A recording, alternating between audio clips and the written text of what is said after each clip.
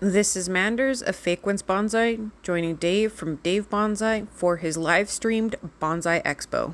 I live in central Alberta, where space for bonsai is hard to come by. My bonsai journey started 6 or 7 years ago with 4 trees, 2 Ficus benjaminas and 2 scheffleras. This is my only surviving, thriving propagation. So here I've cut back. I'm trying to experiment with this one, trying to figure out how each cut dictates the direction for the new growth. This Gold Coast juniper was gifted to me and was my first outdoor bonsai. Due to my space constraints, I can only have indoor or outdoor for our climate that will survive in the ground over winter. This was the second tips trim for this tree this year. It's been doing really well since I've gotten it now. It was wired when I first got it and I had to remove that. Next I have Chinese juniper. This is the first outdoor bonsai that I bought myself that I didn't kill the first winter. And it's just been a continuous experiment in some sort of windswept style. This here is my rosemary bonsai. This was part of a local bonsai society's workshop for a root over rock demonstration. I thought I would include this year's work for the branch selections. I had trimmed it once before and it had turned into all this leggy, hard growth that you see now. So hopefully this year I can try and stay a little bit more on top of things so everything stays a bit more compact.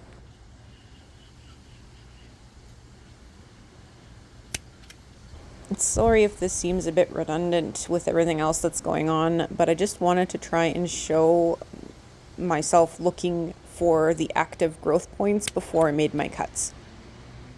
For this work, the tools I'm using are a Lazy Susan turntable and my trusty Fiskar snips.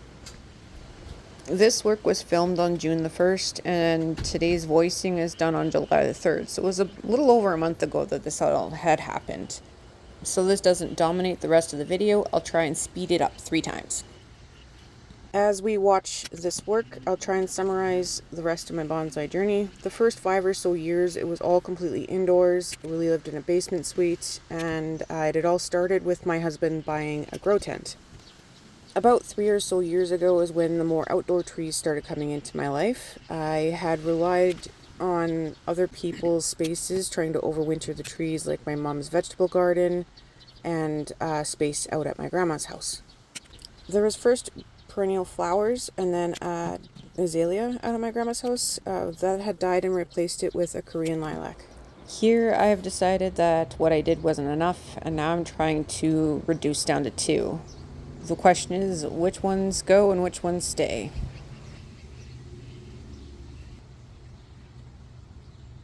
In the end, I compromised with cutting back 2 of them. This past winter, my grandma had passed away, so I had to change up where my perennial flowers had lived, as well as where I had planned with her to put my bonsai grow bed. Luckily, I had an uncle step up and offer some space out on his acreage, so the grow bed still has a spot. This tree is one of my favorite trees. It's Moondrop schefflera. It's got smaller leaves than my other one and has been dividing rather surprisingly. I'm really hoping that with this year's little tips trim that it will divide even more and become more refined fairly quickly. This is a quick little snapshot of a Miss Kim lilac. This is my first Yamadori that I had dug up from my grandma's property last year. Willow, ornamental, crabapple, amber maple, ornamental apple, ornamental apple, ornamental apple, same thing. Another one, Japanese lilac, tartaran maple, Manitoba maple, tartaran maple, Japanese lilac, a mystery, amber maple, green ash, mountain ash, ornamental apple, maybe chokecherry. Same deal. And again, and another one, and the linden. 23 trees in the ground. Okay, if my count's right, I had 23 trees previous. So that's everything from that maple up, not including the 2 new mountain ashes and these 2 mystery ones there. And then there should be, I think, with the new ones in that bed, the one up there, and all these ones. I think I just counted an additional 28 trees. There we go. Fingers crossed for what survives.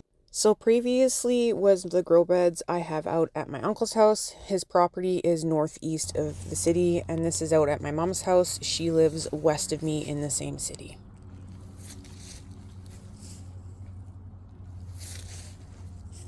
This is where all of my perennial flowers had ended up from my grandma's house, where they had lived for the last 4 or 5 years, as well as the little Korean lilac and everything else I dug up from her yard, and some bonuses that I had gotten from Mom's yard when I helped her clean out some raspberry bushes this year. My first pest problem this year has been aphids. Have you guys had any pest issues yet?